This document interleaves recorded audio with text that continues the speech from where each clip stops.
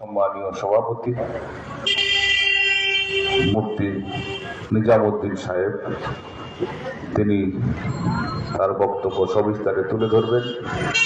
আমরা কেউ যাব না, সকলেই আমরা দোয়া নিয়ে বাড়ি ফিরবো ইনশাআল্লাহ।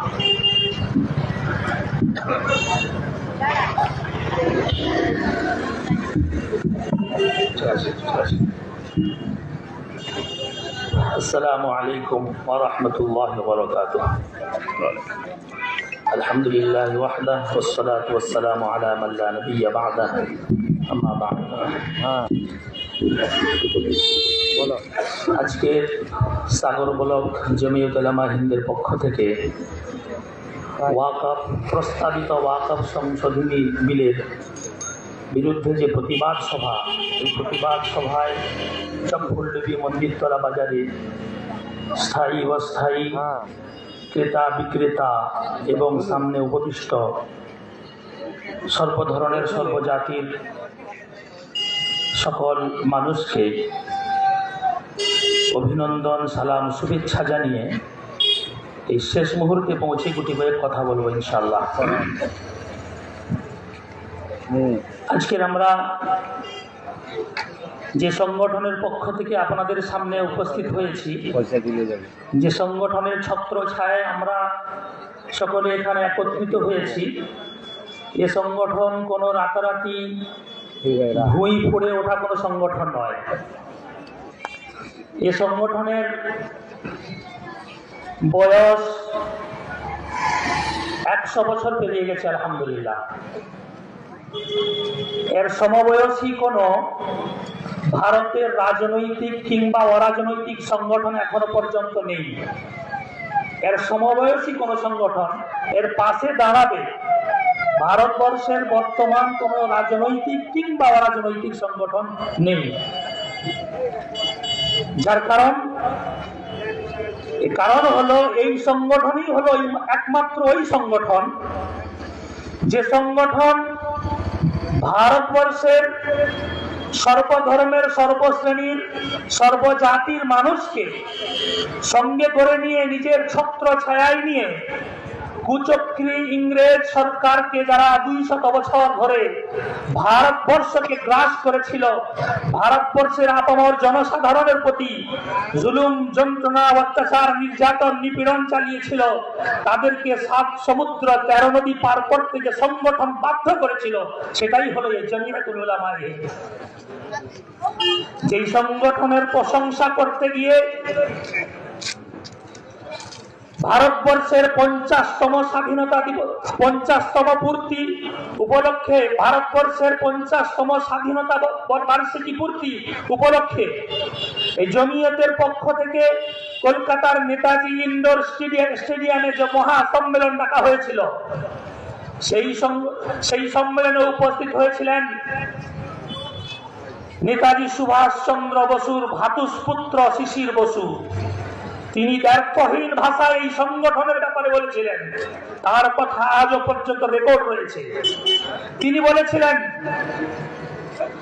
আমার কাকা বাবু নেতাজি সুভাষ চন্দ্র বসুকে নেতাজি পদ পর্যন্ত পৌঁছে দেওয়ার জন্য যে সংগঠনের অবদান ছিল, এবং আমার কাকা বাবুকে মৌলানা জিয়াউদ্দিন নামে দেশ পাল্টে পরিবর্তন করে আফগানিস্তানের রাস্তা দিয়ে জাপানের পথে যাওয়ার যে রাস্তা প্রশস্ততা করে দিয়েছিল যে সংগঠন, সে সংগঠন অন্য কোন সংগঠন নয়, সে সংগঠন এই জমিয়তুল উলামা হিন্দ, যার ব্যানারে আজ আমরা দাঁড়িয়ে এই বর্তমান 2024 সালের প্রস্তাবিত ওয়াকফ বিলের প্রতিবাদ জানানোর জন্য আমরা দাঁড়িয়েছি। এটাই হলো সেই সংগঠন। এবং তিনি সেদিন বলেছিলেন যে জমিয়তুল উলামা হিন্দ যদি ভারতবর্ষের সর্বশ্রেণীর, সর্বজাতির, সর্বধর্মের মানুষকে নিজের ছত্র ছায়ায় একত্র করে যদি কুচক্রী শয়তান ইংরেজদের বিরুদ্ধে ভারত ছাড়ো আন্দোলন না করত, তাহলে ভারতবর্ষ স্বাধীনতা লাভ করতে আরো 100 বছর তারা পিছিয়ে যেত, এই সংগঠন যদি অগ্রণী ভূমিকা পালন সেদিন না করত।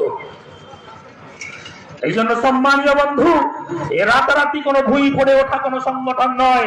এ সংগঠনের শিকড় অনেক নিচ পর্যন্ত মজবুত রয়েছে। এই সংগঠনই আমাকে আপনাকে সমস্ত শ্রেণীর সর্বধর্মের মানুষকে সঙ্গে করে নিয়ে দেশকে স্বাধীন করেছিল সেদিকে। শুধু তাই নয়, এই সংগঠনই মহাত্মা গান্ধীকে মহাত্মা উপাধি দিয়েছিলেন। দেওয়ার পরে ওই সময় 1 লক্ষ টাকা ওনার হাতে তুলে দিয়েছিল এই সংগঠন, এবং দিয়ে গান্ধীজিকে বলেছিল এই সংগঠন যে আপনি যান সারা ভারতবর্ষের আনাচে কানাচে অলিতে গলিতে মানুষের মধ্যে ঘুরুন, ঘুরে ফিরে মানুষের মধ্যে স্বাধীনতা চেতনা জাগিয়ে তুলুন, জাগ্রত করে তুলুন, যাতে করে সর্বসাধারণ সর্বশ্রেণীর মানুষের মনের মধ্যে যেন স্বাধীনতার চেতনা জেগে ওঠে। এই সংগঠনই সেদিন মহাত্মা গান্ধীর হাতে 1 লক্ষ টাকা তুলে দিয়েছিল। শুধু তাই নয়,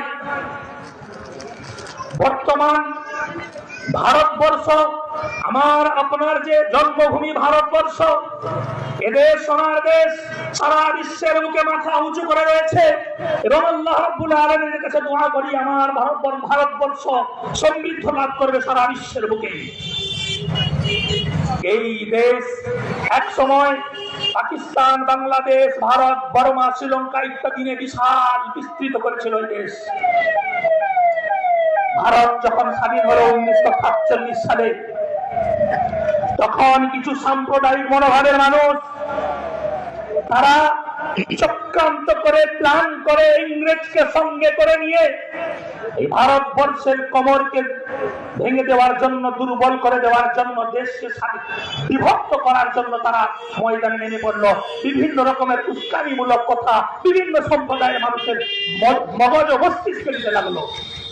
ওই সময় সর্বপ্রথম যে সংগঠন দাঁড়িয়েছিল যে ভারতবর্ষ অখণ্ড রাখতে হবে, ভারতবর্ষকে বিভেদ করতে দেওয়া যাবে না, ভারতবর্ষকে বিভক্ত করতে দেওয়া যাবে না, এবং ওই সময় এই সংগঠনের সম্মানীয় সভাপতি হযরত মাওলানা হুসাইন আহমদ মাদানী রাহমাতুল্লাহ আলাইহি সারা ভারতবর্ষে তিনি সফর করেছিলেন, ঘুরেছিলেন, সর্বধর্মের সর্বজাতির মানুষের কাছে এই বার্তা পৌঁছে দিতে চেয়েছিলেন, হে ভারতবর্ষের মানুষেরা, খবরদার ভারতবর্ষকে তোমরা দ্বিখণ্ডিত করতে যেও না, ভারতবর্ষ যেমন অখণ্ড রয়েছে অখণ্ড থাকতে দাও, একটা টুকরা টুকরা করতে দিও না। কিছু সাম্প্রদায়িক মানুষ হযরত মাওলানা হুসাইন আহমদ মাদানী রাহমাতুল্লাহ আলাইহির মাথার পাগড়ি খুলে পদদলিত করেছিল যে তুমি মাওলানা এইরকম কথা কেন বলছো। এই সংগঠনই বিরোধিতা করেছিল দেশবাসীকে। এই সংগঠনই একমাত্র সংগঠন যে দেশ বিভক্ত করার জন্য বিরোধিতা করেছিল। কিন্তু কিছু কুচক্রী সাম্প্রদায়িক মানুষের মনোভাবের কারণে এই সংগঠন পারল না তাদের সামনে। দেশ বিভক্ত হয়ে গেল, ভাগ হয়ে গেল, কয়েকটি টুকরাই তার টুকরো হয়ে গেল দেশ। যারা এই দেশে থাকলেন, মুসলমান যারা থাকলেন এখানে, তাদের জন্য একটা সুযোগ ছিল, তারা ভারতবর্ষ ছেড়ে পাকিস্তান কিংবা বাংলাদেশ অন্য কোন জায়গায় চলে যেতে পারত। কিন্তু তারা জানে এই দেশ হলো আমার জন্মভূমি, আমার পূর্বপুরুষরা শতাধিক নয় হাজার হাজার বছর ধরে তারা এই দেশে রয়েছে, এই দেশের মাটিতে তারা কবরস্থ হয়ে রয়েছেন কবরস্থানে। এই দেশের মাটিতে আমাদেরই পূর্বপুরুষরা দিল্লির শাহী জামা মসজিদ নির্মাণ করেছেন, লাল কিল্লা নির্মাণ করেছেন, তাজমহল নির্মাণ করেছেন, কুতুব মিনার নির্মাণ করেছেন, হাজারো হাজারো মসজিদ মাদ্রাসা নির্মাণ করেছেন। সুতরাং যারা আমরা ভারতবর্ষের মুসলমান, আমাদের এই দেশ ছেড়ে চলে যাওয়ার একটা অফার ছিল, কিন্তু আমরা অন্য কোন দেশকে চয়েস করিনি, আমরা বাই চয়েস, অর্থাৎ আমরা আমার জন্মভূমি ভারতবর্ষ সেদিন চয়েস করেছিলাম। আমরা ভারতের ভূমি গ্রহণ করেছি এবং মৌত পর্যন্ত ইনশাআল্লাহ আমরা ভারত ভূমিতে থাকবো। কিন্তু প্যারে মহতারাম মুজরবদত্ত সম্মানীয় বন্ধু, বর্তমান যে শাসক দল, যারা কেন্দ্রীয় সরকার, তারা বিভিন্ন সময়ে বিভিন্ন ইস্যুকে সামনে দাঁড় করিয়ে মুসলিম জনসাধারণের জন্য, মুসলিম জাতির জন্য বিভিন্ন সংকট মুহূর্ত, সংকট পরিস্থিতি তৈরি করতে চাচ্ছে।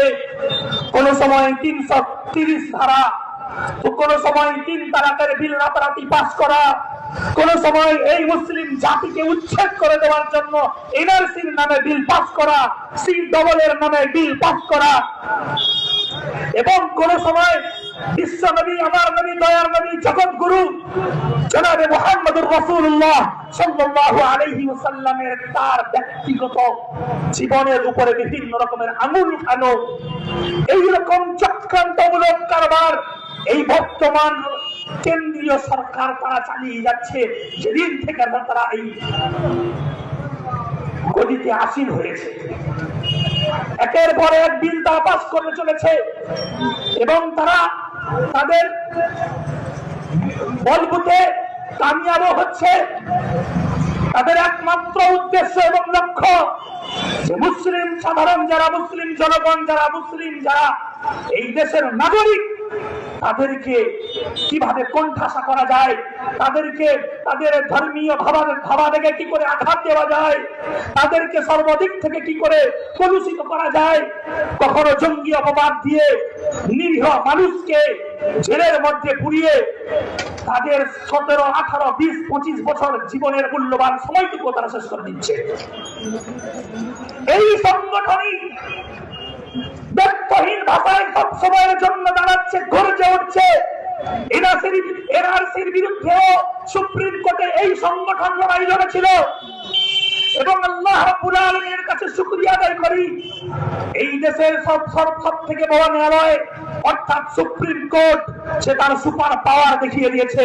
আমরা ওই সমস্ত বিচারপতির কাছে কৃতজ্ঞতা প্রকাশ করি যে এনআরসির বিলের ব্যাপারে আসাম সরকার যে পাশ করেছিল, সুপ্রিম কোর্ট ফয়সালা শুনিয়ে দিয়েছে যে না, যারা 1971 কিংবা 52 সালের পূর্ব থেকে ভারতবর্ষে বসবাস করছে, তারা এই দেশের নাগরিক, তাদেরকে কোন রকমের ঘুষপেটিয়া কিংবা অনুপ্রবেশকারী বলে তাদেরকে দেশ থেকে কোন রকমের বের করে দেওয়া যাবে না কিংবা ডিটেনশন ক্যাম্পে প্রবেশ করানো যাবে না।